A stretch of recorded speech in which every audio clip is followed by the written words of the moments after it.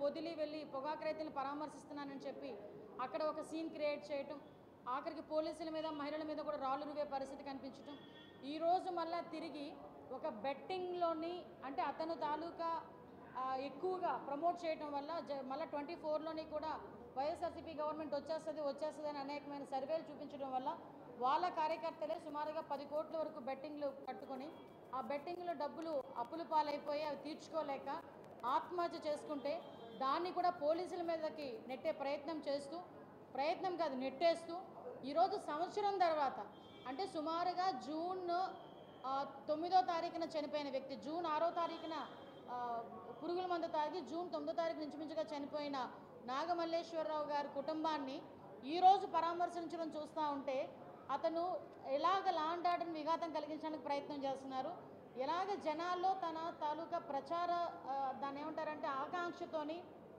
ప్రజలు ఎలా ఇబ్బంది పెట్టాలని చూస్తున్నారని సంగతి చాలా క్లియర్గా చూసాం. చాలా క్లియర్గా వీళ్ళందరూ కూడా పర్మిషన్కి వెళ్తే సభ ఏర్పాటు చేయాలంటే ఒక 7 రోజుల ముందు పర్మిషన్ పెట్టాలి. కానీ వీళ్ళు 3 రోజుల ముందు మాకు ఎలా పర్మిషన్ కావాలి అని ఏర్పాటు జరిగినప్పుడు చాలా క్లియర్గా పోలీస్ డిపార్ట్మెంట్ వాళ్ళు చెప్పారు. ఏదైతే ఆ విలేజ్ ఉందో రెంటపల్లి విలేజ్ ఉందో ఆ విలేజ్ చాలా ఆ నేరో రోడ్డు, అంటే వాళ్ళ ఇంటికి వెళ్ళే రోడ్డు 10 అడుగుల రోడ్డు, వెళ్ళడం రావడం కూడా ఎంట్రీ ఎగ్జిట్ ఒకే రోడ్లో ఉంటాయి. కాబట్టి ఒక Z+ సెక్యూరిటీ అనే వ్యక్తికి మేము సెక్యూరిటీ ఇచ్చేటప్పుడు మీరు ఎక్కువ మందిని మొబిలైజ్ చేసి తీసుకొచ్చినప్పుడు 30,000 40,000 మందిని తీసుకొచ్చేటప్పుడు ఇబ్బంది కలుగుతుంది. సో అటువంటి సందర్భంలో మేము కొంచెం ఇబ్బంది పడతాం కాబట్టి మీరు అన్ని వెహికల్స్ కాదు, మీ క్యాన్వాయ్తో పాటు ఒక 3 వెహికల్స్ ప్లస్ ఒక 100 మంది మీరు నిజంగా అతను పరామర్శించాలనుకుంటే ఈ రకంగా పరామర్శించండి అని ఎస్పీ గారు, సాక్షాత్ ఎస్పీ పల్నాడు ప్రెస్ మీట్ పెట్టారు. వాళ్ళకి నోటీసులు కూడా ఇచ్చున్నారు. చుట్టుపక్కల కాన్స్టిట్యున్సీస్ నుంచి ఇప్పుడు నరసరావుపేట, గుంటూరు, మాచర్ల ఇటువంటి నియోజకవర్గాల నుంచి పల్నాడు ఇటువంటి నియోజకవర్గాలన్నిటి నుంచి కూడా మొబిలైజ్ చేయడానికి ప్రయత్నం చేస్తున్నారన్న సంగతి రిపోర్ట్స్ వచ్చి వాళ్ళందరినీ కూడా రిక్వెస్ట్ చేసుకున్నారు. ఇలా ఇబ్బందులు కలుగుతాయని చాలా క్లియర్గా చెప్పారు. అయినప్పటికీ కూడా అతను స్టార్ట్ అవ్వడం ఇంచుమించుగా ఒక 10:30 ఆ టైంకి స్టార్ట్ అయితే ఎత్తి కొడితే 80 కిలోమీటర్లు, ఒక 2 hours వేసుకున్న 2 hours అవుతుంది. కానీ ఆ విలేజ్ వెళ్ళేదానికి కావాలని దారి పొడుగున వాళ్ళ కార్యకర్తల్ని పెట్టుకొని అంటే అతను బల నిరూపణకి చూసుకోవడానికి దాని మధ్యలో ఒక ఫ్లెక్సీస్ కూడా, ఆ ఫ్లెక్సీస్ కూడా మీరు ఒకసారి అబ్జర్వ్ చేస్తే ఒకడు పెడతాడు రపా కోసేస్తామంటాడు, ఒకడు ఫ్లెక్సీ పట్టుకుంటాడు, ఒకడు ఇంకోటి అంటాడు పల్నాడు నుంచి స్టార్ట్ అవుతుంది రాజారెడ్డి రాజ్యాంగం అని చెప్పి ఒకడు పట్టుకుంటాడు, ఇంకొకడు వచ్చి మాట్లాడతాడు ఈ రోజుతో మీకు అయిపోయింది మాకు టైం వస్తుంది మేము నరికేస్తామంటాడు ఇంకొకడు. అంటే ఇలాంటి ప్లేకార్డ్స్తోని ఒక రకంగా చెప్పాలంటే రెచ్చగొడుతూ జనాల్ని రెచ్చగొడుతూ వాళ్ళ తాలూకా ఆ ర్యాలీ ఎలా జరిగిందో మీరు అందరూ కూడా చూశారు. అరౌండ్ 3:30కి ఇంచుమించుగా అక్కడికి రీచ్ అయ్యే పరిస్థితి కనిపించింది. అంటే నేను ఇక్కడ ఏమంటానంటే ఇక్కడ చాలా యాంగిల్స్ నుంచి మనం ఆలోచించాలండి. జగన్మోహన్ అదే పరిస్థితుల్లో మనకి గుంటూరు జిల్లాకి సంబంధించి మనకి పత్తిపాడు కాన్స్టిట్యున్సీకి సంబంధించిన సింగయ్య అని ఒక వ్యక్తి, అతను ప్లంబర్, అతని వ్యక్తి జగన్మోహన్ రెడ్డి వాళ్ళ పార్టీ కార్యకర్త సింపథైజర్. అతను ఆ ర్యాలీలో పాల్గొని ఒక వెహికల్ హిట్ ఇచ్చేస్తే ఆ వెహికల్ కూడా ఆపలేదు సరికదా, అతన్ని పక్కకి లాగేసే పరిస్థితి. అక్కడ మా డిపార్ట్మెంట్ వాళ్ళు చూసి 108 ఎక్కించి జీజీహెచ్కి అక్కడ గుంటూరు హాస్పిటల్ గవర్నమెంట్ హాస్పిటల్కి తీసుకెళ్తే అక్కడికి వెళ్ళిన తర్వాత చనిపోయిన పరిస్థితి. అంటే ఇక్కడ ఒక్క విషయం మాట్లాడుతున్నానండి. సంవత్సరం ముందు చనిపోయిన నాగమల్లేశ్వరరావుని పరామర్శించడానికి వెళ్తూ అప్పటికప్పుడు అతను క్యాన్వాయ్ గుద్దిన ఒక దళితుడికి చనిపోతే కనీసం దాని మీద ఖండించిన పరిస్థితి కాదు కదా, కనీసం పరామర్శిస్తున్నట్టు కానీ ఎటువంటి దాని మీద ఎటువంటి ఒక వాయిస్ కూడా రాలేని పరిస్థితి. కనీసం క్యాన్వాయ్ ఆపలేదు. అరే సంవత్సరం ముందు చనిపోయిన వ్యక్తిని పరామర్శించడానికి వెళ్తున్నప్పుడు అప్పటికప్పుడు ప్రాణం పోయి రోడ్డు మీద ప్రాణం పోయింది. కనీసం అతను కనుక వెంటనే తీసుకెళ్ళి హాస్పిటల్లో జాయిన్ చేసుంటే అతను బతికేవాడేమో. హిట్ ఇచ్చిన పక్కకు లాగేసే పరిస్థితి. మళ్ళీ పోలీసులు చూసుకుని వాళ్ళని 108లోకి తీసుకెళ్తే అక్కడ చనిపోయిన పరిస్థితి. అంటే ఒక ప్రాణానికి విలువ లేదు, పోయిన ప్రాణం మీద రాజకీయం చేస్తున్నాడు. ఇక్కడ క్లియర్గా మనం అర్థం చేసుకోవాలి అతని తాలూకా సైకో మెంటాలిటీ. మేము పదే ఇంతకు ముందు అతను అధికారంలో ఉండేటప్పుడు సైకో అంటే చాలామంది మమ్మల్ని తిట్టారు. కొంతమంది ఏంటంటే అలా అంటారేంటి సీఎం కదా అన్నారు. ఎస్, అతను చేసిన పనులు అలా ఉన్నాయి కాబట్టి ఈరోజు ఎక్కడైనా అంటే ఈ పదం నేను చెప్పాలి, ఒక బెట్టింగ్లోని ప్రాణం పోయిన వ్యక్తికి సంబంధించిన ఒక విగ్రహ ఆవిష్కరణకి ఒక ఎక్స్ సీఎం వెళ్ళటం నాకు తెలిసి ప్రపంచంలో ఫస్ట్ టైం అయి ఉంటుంది. ఇలాంటి సంఘటన ప్రపంచంలోనే ఫస్ట్ టైం అయి ఉంటుంది నాకు తెలిసి. అంటే ఒకసారి మనం ఎటువైపు వెళ్ళిపోతున్నాం అనేది ఒకసారి క్లియర్గా చూసుకోవాలి. కనీసం ఆ దళితుడు చనిపోయిన తర్వాత ఆ దళితుడు ఎందుకు చనిపోయాడు, ఎలా చనిపోయాడు కనీసం పరామర్శించిన పరిస్థితి కాదు కదా. క్యాన్వాయ్ కూడా ఆపుకొని వెళ్ళిపోయాడు. నేను ఒక సంఘటన గుర్తు చేస్తానండి.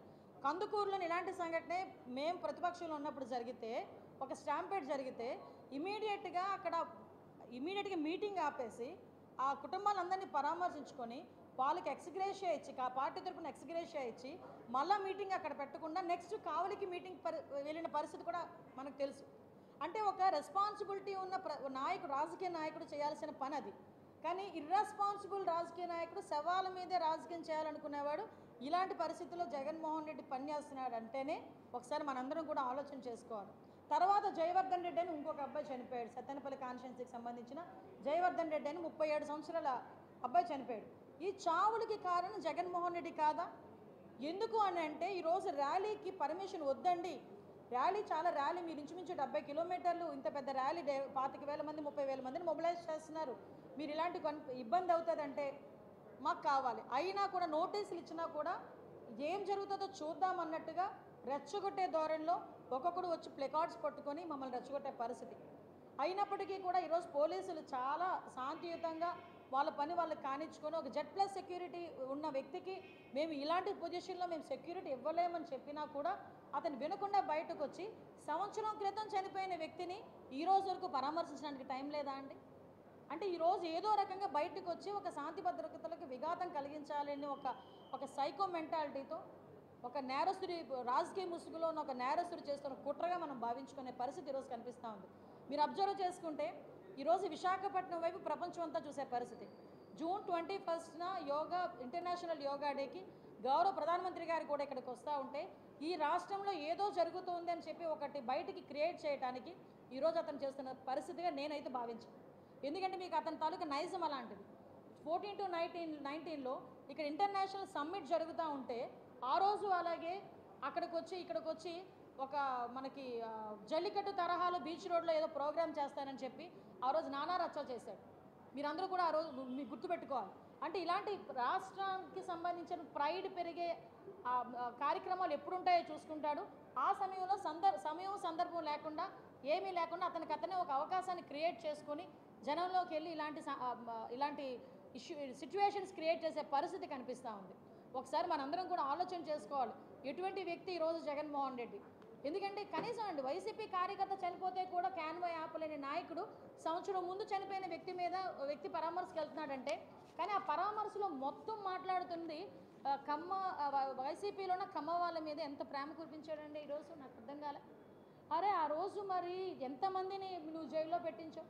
దూల్పాల్ నరేంద్ర గారు, దేవినేని ఉమామహేశ్వరరావు గారు ఇలాంటి వాళ్ళని చూసుకుంటే ఎంతమంది మీద కక్ష సాధించావు? ఆఖరికి అమరావతిని కమరావతి అని చెప్పి మాట్లాడించావు కదా. ఆ రోజు అమరావతి రాజధానికి అమరావతి అని మాట్లాడించావు కదా. ఈరోజు అవన్నీ మర్చిపోయి ఇష్టానుసారంగా గల్లా జయదేవ్ గారు, దూల్పాల్ నరేంద్ర గారు, కోడ్ల శివప్రసాద్ గారు ఆత్మహత్య చేసుకోవడం గల కారణాలు ఏంటి? ఇవన్నీ నువ్వు మర్చిపోయావేమో కానీ మేమెవరూ మర్చిపోలేదు, రాష్ట్ర ప్రజలు కూడా మర్చిపోలేదు కదా. అంటే నేనేమంటానంటే ఈరోజు ఒకటే చెప్తున్నానండి, ఈరోజు ఇష్టానుసారంగా ఈరోజు కొన్ని వెహికల్స్ని ఆపి, ఎందుకంటే అక్కడ ఒక వ్యక్తి చనిపోయాడు, మళ్ళీ నేరో రోడ్లోకి వెళ్తే కనుక మళ్ళీ ఇబ్బంది అవుతుందని పోలీసులు కాసేపు ఆగండి అని రిక్వెస్ట్ చేసుకున్న బ్యారికేడ్లు తీసి పారేస్తున్నారు. అంటే ఒకసారి ఏ రకంగా జరుగుతుందో ఒకసారి ఆలోచన చేసుకోండి. ఈ సంవత్సర కాలంలో మేము ఎప్పుడూ కూడా రిస్ట్రిక్ట్ చేయలేదు, ఎవరిని కూడా వెళ్ళొద్దు అని మాట్లాడలేదు, ఎవరిని కూడా మేము హౌస్ అరెస్ట్ చేయలేదు. మీకు ఆ హక్కు ఉంది ప్రజాస్వామ్యంలో, వెళ్ళండి, కానీ నిబంధనలు అనుసరించండి. నిబంధనలు అనుసరించకపోతే కనుక చట్టపరమైన చర్యలు తీసుకోవాల్సి వస్తుంది అని డిపార్ట్మెంట్ నుంచి వాళ్ళకి నోటీసులు వెళ్ళినా కూడా అవన్నీ పెడరి చెవిన పెట్టి ఈరోజు పోలీసుల విధులకు కూడా ఆటంకం కలిగిస్తూ ఈరోజు ఇద్దరు చావుకు కారణమైన జగన్మోహన్ రెడ్డిని ఏం చేయాలో ప్రజలు కూడా కొంచెం ఆలోచన చేసుకోవాల్సిందిగా మరీ కోరుకుంటున్నాం. మరి ముఖ్యంగా ఇంకొక విషయం కూడా చెప్పాలి. ఈరోజు మనకి ఇంటర్నేషనల్ యోగా డే సందర్భంగా ప్రపంచం అంతా కూడా మన విశాఖపట్నం వైపు చూస్తున్న తరుణంలో కొంత మేరకు ఒక ట్రాఫిక్ ఇబ్బందులు కూడా కొంచెం విశాఖపట్నం ప్రజలు చిన్న ట్రాఫిక్ ఇబ్బందులు ఎదుర్కొంటున్నారు. దయచేసి అందరికీ కూడా ఒకటే విన్నపం, ప్రధానమంత్రి గారి ప్రోగ్రాం ఇది చాలా పెద్ద ప్రోగ్రాం. ఈ ప్రోగ్రాంలో మ్యాక్సిమం ట్రాఫిక్ ఇబ్బంది లేకుండా చూసుకునే బాధ్యత కూడా పోలీస్ డిపార్ట్మెంట్ వాళ్ళు, ట్రాఫిక్ వాళ్ళు చూసుకుంటున్నారు. ఎక్కడైనా చిన్న అసౌకర్యాలు ఉంటే కొంచెం దానికి నేనేమంటానంటే ఆ అసౌకర్యాలు లేకుండా చూసుకునే బాధ్యత మేము తీసుకుంటాం. ప్రజలు కూడా సహకరించాల్సిందిగా కోరుకుంటున్నాం.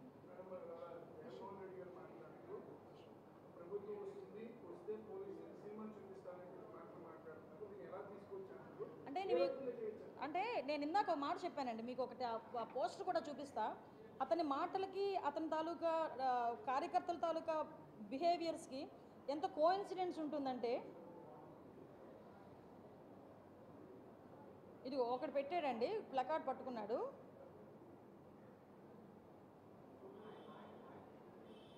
2029లో వైఎస్ఆర్సీపీ వచ్చిన వెంటనే గంగమ్మ తల్లి జాతరలో వేట తలలు నరికినట్టు రప రప నరుకుతాం ఒక్కొక్కడిని.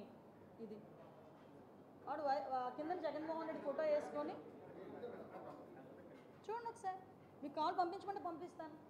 ఇంకొకటి పెడతాడు, ఇంకొకటి ఏదంటే కొట్టారు తీసుకున్నా మా టైం వస్తుంది అని చెప్పి ఏదో పదం ఉపయోగించి చెక్కేస్తామని అన్నాడు ఏకంగా. అంటే ఇలాంటి పదాలు కార్యకర్తలు ఉపయోగిస్తున్నారంటే నాయకుడు ఉపయోగిస్తున్నాడు కాబట్టే కదా. సినిమాలు చూపిస్తాం, సినిమా తాట తీస్తాం, సినిమాలు అంటే ఎలా ఉంటాయో చూస్తాం, ఇలాంటి పదాలు ఉపయోగిస్తున్నాడంటే ఏంటి పరిస్థితి?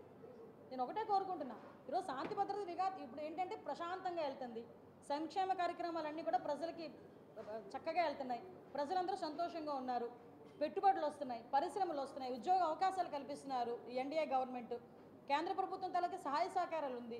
ఈ టైంలో కనుక వాళ్ళు ఎక్కడ మరుగున పడిపోతారని వాళ్ళ ఉనికి కాపాడుకోవడం గురించి శాంతి భద్రత విఘాతం కలిగించి వాళ్ళ సొంత పార్టీ కార్యకర్తలు చనిపోతున్నా కూడా పట్టించుకోకుండా బయట తిరుగుతున్నాడంటే ఒకసారి మనం ఆలోచన చేసుకోవాలి. మీరు అబ్జర్వ్ చేయండి, ఈ సంవత్సర కాలంలో జగన్మోహన్ రెడ్డి ఎక్కడికి వెళ్ళినా కూడా ఏదో ఒక ఇన్సిడెంట్ క్రియేట్ చేస్తూనే ఉన్నాడు. అనంతపురంలో వెళ్ళి అక్కడ హెలికాప్టర్ దగ్గరికి, అక్కడ ఏమి అంటే హెలికాప్టర్ ఏదో సాంకేతిక లోపం వచ్చిందని బై రోడ్ వెళ్ళడానికి ప్రయత్నం చేయడం, ఆ రోజు బై రోడ్ వెళ్ళి ఆ రోజు కూడా వాళ్ళ కార్యకర్తలు అందరూ వచ్చేసి అక్కడ ఏదో టెక్నికల్ ప్రాబ్లం కావాలని క్రియేట్ చేశారన్నట్టుగా ఒకటి క్రియేట్ చేయటం, అక్కడితో అది అయిపోయింది. దాన్ని క్లియర్గా మా పోలీసులందరూ కూడా క్లియర్గా ఇన్ఫర్మేషన్ ఇచ్చేసరికి వైఎస్ఆర్సీపీ ఆ పేటీఎం బ్యాచ్ అంతా నోరు మూసుకుని కూర్చుంది. మళ్ళీ మొన్న పొదిలిలోని వెళ్ళేసరికి అక్కడ పొగాకు రైతుల గురించి అని మాట్లాడడానికి వెళ్ళి పొగాకు రైతుల గురించి మాట్లాడకుండా ఏదేదో మాట్లాడిన సందర్భం. ఆ రోజు కూడా పోలీసుల మీద రాళ్ళు ఇరిగిన పరిస్థితి. అరే ఏందిరా ఇలా చేస్తున్నారని చెప్పి పోలీసుల మీద రాళ్ళు ఇరిగిన వాళ్ళ కేసులు కనుక చూస్తే 9 మందిని అరెస్ట్ చేసి 9 మంది మీద కూడా ప్రీవియస్ కేసులు ఉన్నాయి. అరే గాంజా బ్యాచ్లో పట్టుబడిన వాళ్ళు ఇంచుమించుగా చెప్పాలంటే తెనాల్లోని భయభ్రాంతులు గురి చేస్తున్న వాళ్ళని కూడా పరామర్శించడానికి జగన్మోహన్ రెడ్డి వెళ్ళినప్పుడు జనాల్ని సమీకరించుకొని వెళ్ళాడంటే ఒక్కసారి ఆలోచన చేసుకోండి అతని తాలూకా మెంటాలిటీ ఎలా ఉంటుందో. ఇది మేము చెప్పడానికి కాదండి, ఈరోజు ప్రజలు కూడా గమనిస్తున్నారు, ప్రజలు కూడా ఆలోచన చేస్తున్నారు. మేము పెట్టిన అప్పీల్ ఒకటే, ఈరోజు ఇలాంటి వ్యక్తులు అసలు సొసైటీలో ఉండడానికి కూడా అర్హత లేదు. మళ్ళీ పైగా వీళ్ళ నాయకులు బయటకు వచ్చి ఏదేదో మాట్లాడుతున్నారు. ఒక గాంజా బ్యాచ్ని పరామర్శించడానికి ఒక ఎక్స్-సీఎం వెళ్తాడు. అరే బెట్టింగ్లోని చనిపోయిన అతనికి సంవత్సరం తర్వాత పరామర్శించడానికి వెళ్తూ అప్పటికప్పుడు చనిపోయిన ఇద్దరు కార్యకర్తల గురించి కూడా పట్టించుకోడు, వెళ్ళిపోతాడు. ఓ పక్క నుంచి వేరే పరామర్శకు వెళ్తున్నానని చెప్పేసి ఆ పరామర్శకు వెళ్ళి హెలికాప్టర్ సాంకేతిక లోపం ఉంది నన్ను ఏదో చేసేయడానికి చేస్తున్నారని చెప్పి అదొక క్రియేషన్. వీటన్నిటి మీద ఎస్పీ మన డిపార్ట్మెంట్ వాళ్ళు కూర్చొని ప్రెస్ మీట్లు పెడితే తిరిగి వాళ్ళ మీద ఏదో రకంగా మాట్లాడు. ఈ నాగమల్లేశ్వరరావు గారిని కూడా ఆ రోజు జూన్ 4వ తారీఖున కౌంటింగ్ సందర్భంగా ఏ విలేజ్లోనైనా జరుగుతుంది, ఏ పోలీస్ స్టేషన్ పరిధిలోనైనా 2 పార్టీలకి సంబంధించిన వాళ్ళు ఎవరైనా గొడవ పెట్టుకుంటారన్న సంగతి ఇన్ఫర్మేషన్ వస్తే కంపల్సరీ పోలీస్ స్టేషన్లోకి తీసుకొచ్చి కూర్చోబెడతారు, తర్వాత అయిపోయిన తర్వాత పంపిస్తారు.